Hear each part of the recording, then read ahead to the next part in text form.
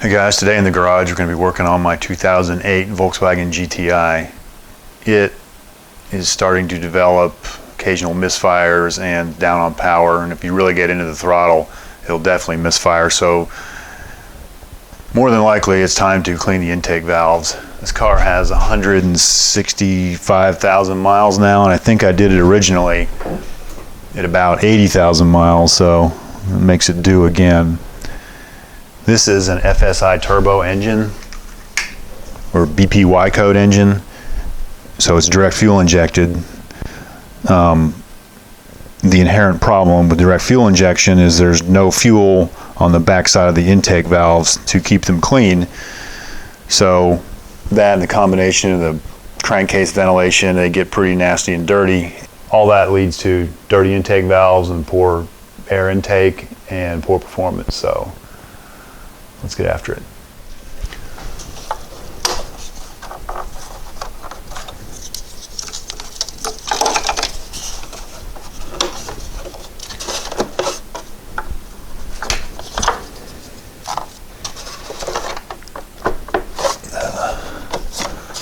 This needs to come off. It is sometimes a little miserable to get off.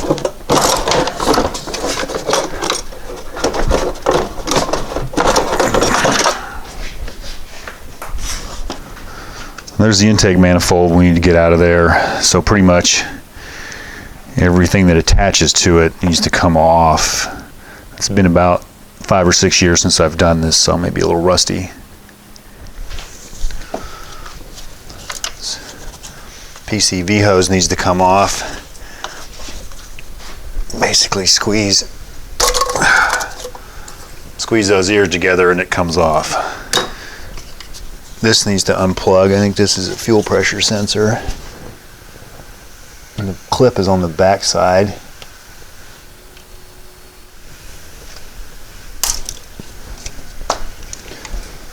If it doesn't want to unclip, just break it. We might put a zip tie on that when it goes back.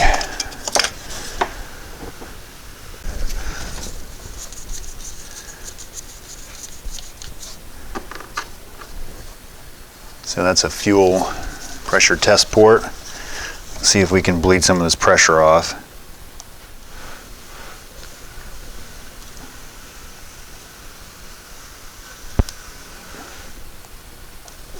Pretty much nothing. Down here is a fuel line that goes out to the injectors. That needs to come off.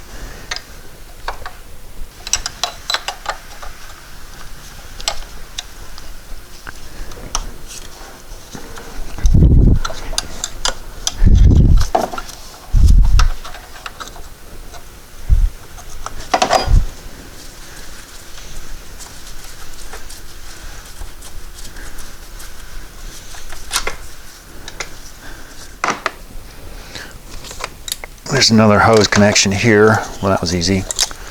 Seems to me last time I had to take this noise pipe off. There's a Torx bolt over here next to the alternator.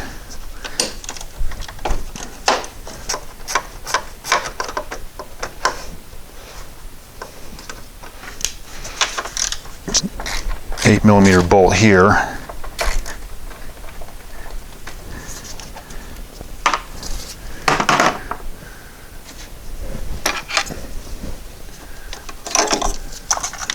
This little clip pulls up. There's a clip down here too.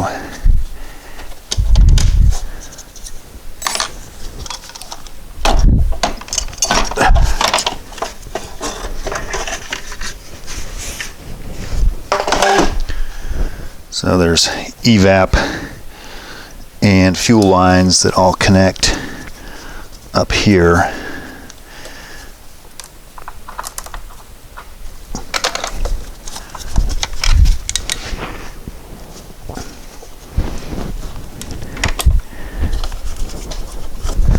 And there might be pressurized fuel here.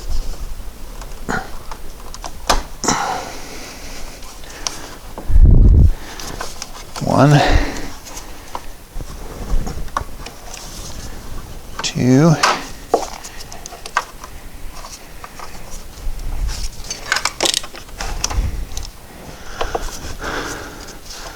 That one does not want to come off over there.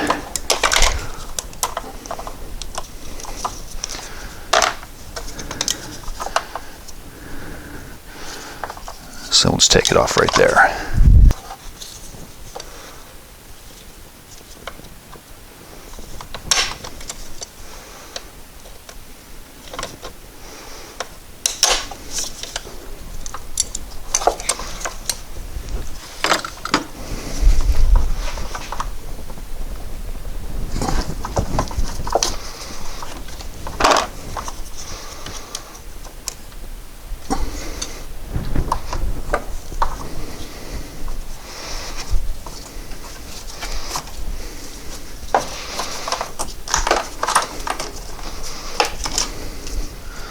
This coolant bracket pipe attaches to the manifold on this end, so this bolt needs to come out.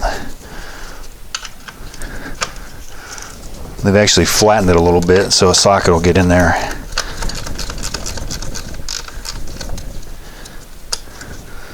It kind of looks like a wood screw because it goes into plastic. And the dipstick tube needs to come out. Looks like a 10mm nut underneath. Appears to be a hex on the end, so that, I think I read somewhere that whole stud can come out. Is it 4? I'm amazed I had that.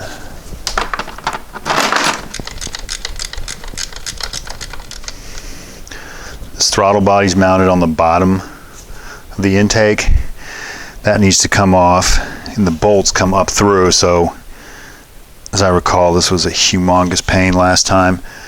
I read somewhere that you can get better access if you take the radiator fans out, so I'm going to raise the car and try to get those fans out and see if we have any better access. So the fans are out. There's an intercooler hose down there on that side. I don't know if you can see it.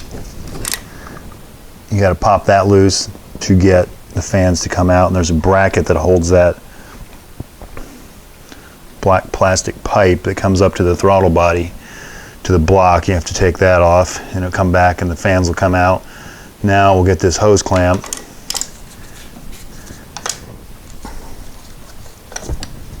You get the picture.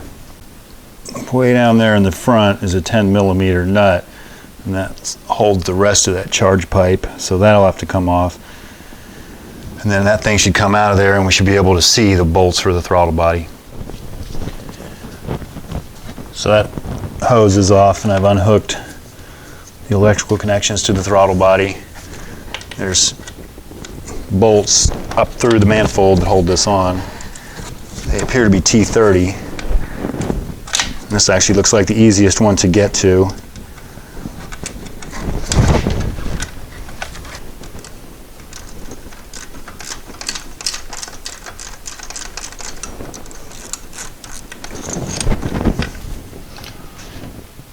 Coarse thread, T30.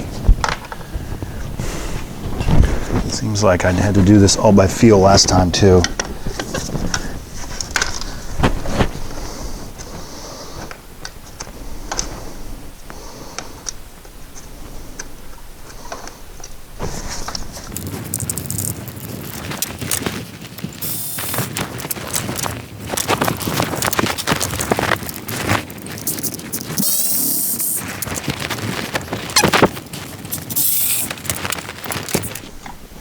So now that the throttle body's out of the way, the dipstick tube needs to come out of there. So a little wiggling and forcing, that comes out. And then this nut needs to come off the bottom. And this bolt down here is one of those triple square things. If you can see it, that's the one that gives everybody trouble. So we'll get that nut and then we'll see what we can do to get that one out. So I have this small bit that came in some little set, and it says it is a M10, so I assume that's M10 triple square. That's the bolt right down there. It's got Gotta be careful we don't drop it down that dipstick tube. So I've got it in an 8mm flex socket.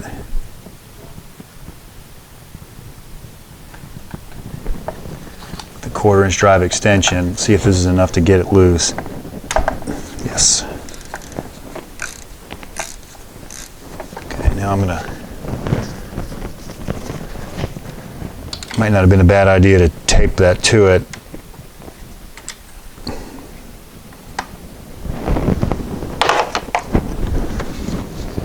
Now I'm gonna try to get my hand down there.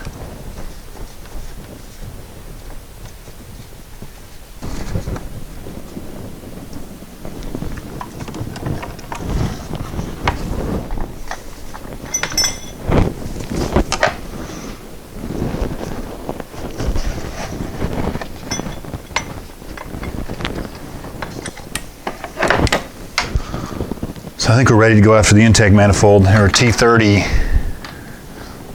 bolts pretty much around every intake runner. So we'll get them out.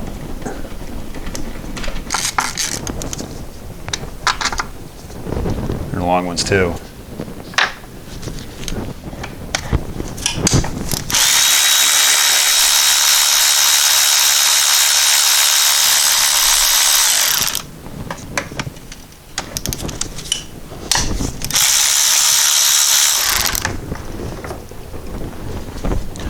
Here on the end on the bottom, there are, must be studs because there's 10mm nuts on them.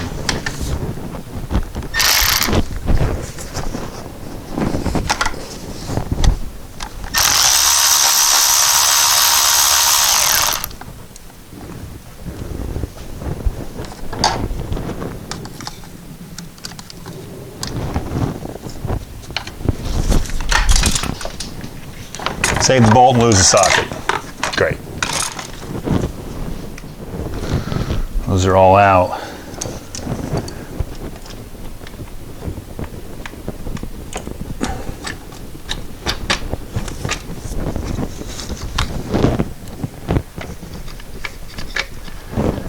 Okay. Still have a bunch of stuff connected on this side. Seems to me I left that last time.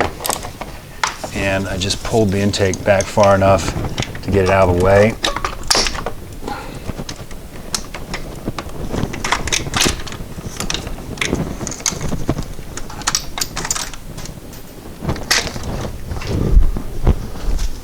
Hoping that was my socket.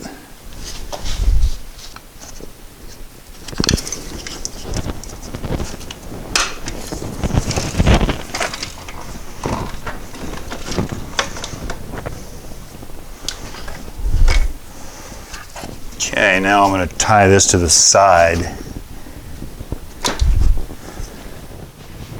Before I go any further, one of the fuel injector seals stayed in here. I want to get that out. Stick it back down on the injector. So there we go. I don't know if you can see in there or not. That's all the junk we need to clean out of there. These little dividers, memory serves me right, they just pull out of there. We'll clean them off real well too. Okay. So now we need to have all of the valves closed as you do it. So I'm going to pull coils and the spark plugs out, and we'll find top dead center. We'll run each cylinder up to the top, and then we'll start cleaning. All of the spark plugs and coils are out. There's a screwdriver there at number 1. We'll just turn the engine over until it comes to top and say it pretty much top dead center.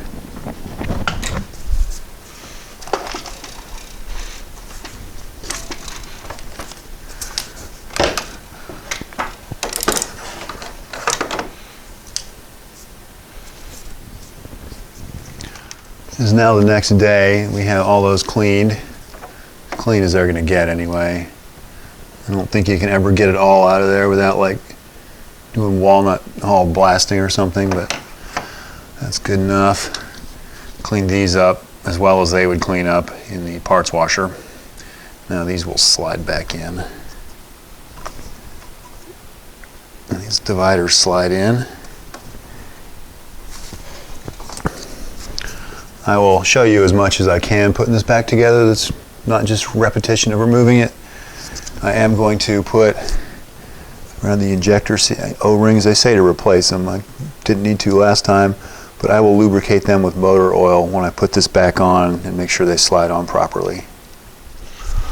So most of the way back together. It's just as aggravating to go back together as it is to take apart. But while I'll have the spark plugs out, decided I'd go ahead and put a new set in. I don't know how well this is going to show up, but that's how worn they are. It's pretty worn. So I'll stick a new set in here. I always like to put a little bit of anti-seize on the threads since that head's aluminum and it's way down in there.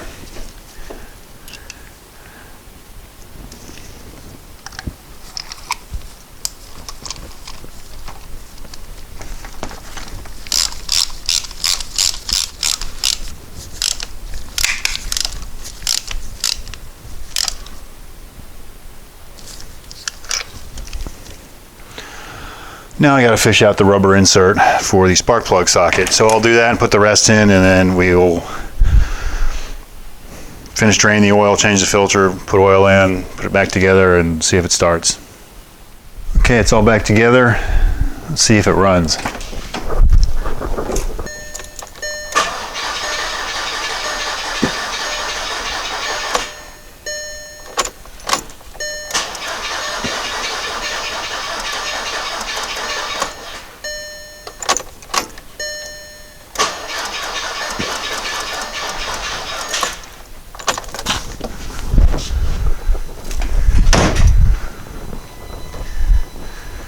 That's not a good sign. Let's make sure we don't have fuel pouring out somewhere.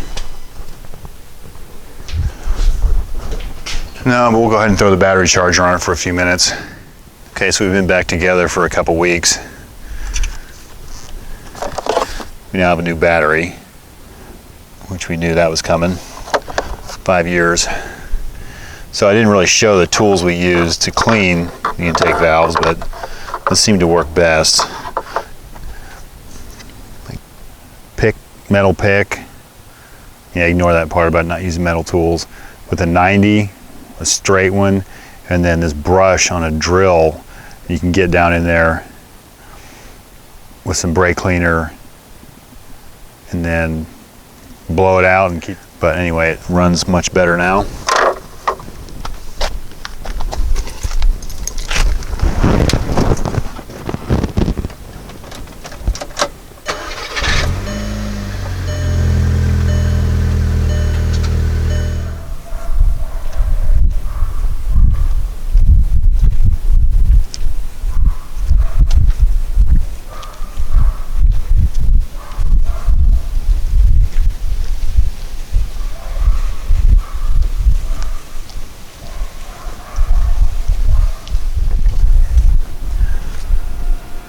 Kind of developing a VW theme around here. More to come. Thanks for watching, subscribing, we'll see you soon.